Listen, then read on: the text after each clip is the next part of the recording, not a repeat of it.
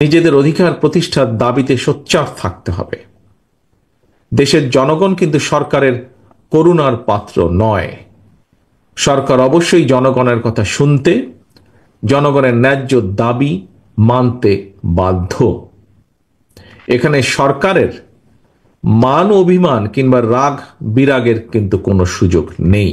আমি আগেও বলেছি, হাজারো শহীদদের রক্তের উপর প্রতিষ্ঠিত বর্তমান এই অন্তর্বর্তীকালীন সরকারের নৈতিক এবং রাজনৈতিক বৈধতার হয়তো সংকট নেই, তবে অবশ্যই এই সরকার জনগণের কাছে জবাবদিহিমূলক নয়।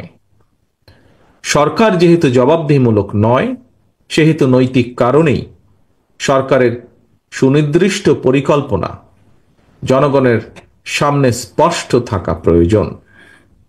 জনগণকে অন্ধকারে রেখে, রাজনৈতিক দলকে বা দলগুলোকে অনিশ্চয়তায় রেখে শেষ পর্যন্ত কোনো পরিকল্পনায় কার্যকর এবং টেকসই হয় না, হবেও না। বাংলাদেশে জনগণের ভোটে জনগণের কাছে জবাবদিহিমূলক সরকার প্রতিষ্ঠায় যে কোনো ধরনের অজুহাত কিংবা গড়িমসির সুযোগ নিয়ে পতিত পলাতক পরাজিত স্বৈরাচার মাথা চাড়া দিয়ে ওঠার অপেক্ষায় রয়েছে। কিন্তু এটি আজকে বিভিন্ন বক্তার বক্তব্যেও ফুটে উঠেছে কথাটি।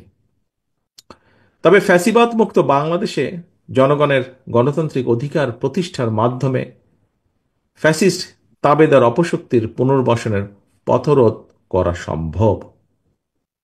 আমরা নিজ নিজ দলীয় আদর্শ এবং কর্মসূচি বাস্তবায়নের ক্ষেত্রে ফ্যাসিবাদ বিরোধী রাজনৈতিক দলগুলোর মধ্যে প্রক্রিয়া বা পদ্ধতিগত বিরোধ দৃশ্যমান হলেও আমি দৃঢ়ভাবে বিশ্বাস করি, দেশ এবং জনগণের বৃহত্তর স্বার্থে ফ্যাসিবাদ উত্থান মোকাবেলায় একতরফা ইস্যুতে বাংলাদেশের গণতান্ত্রিকামী জনগণ বিগত 5ই আগস্টের মতনই ঐক্যবদ্ধ। অন্তর্বর্তীকালীন সরকার প্রধানের সঙ্গে দেখা করে রাজনৈতিক দলগুলো আবারও জাতীয় নির্বাচনের তারিখ, দিন, সুস্পষ্ট দিনক্ষণ ঘোষণার দাবি জানিয়েছে।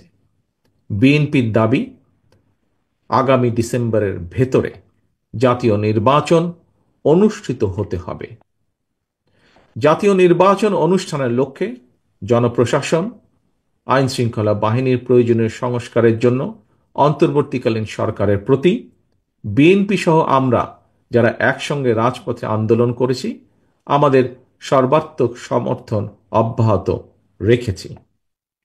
সুতরাং দেশে বিদেশে সম্মানিত দক্ষ এবং যোগ্য ব্যক্তিত্ব অন্তর্বর্তীকালীন সরকার প্রধানের নেতৃত্বে জনগণ অবিলম্বে দেশের ইতিহাসের সবচেয়ে অবাধ, নিরপেক্ষ একটি জাতীয় নির্বাচন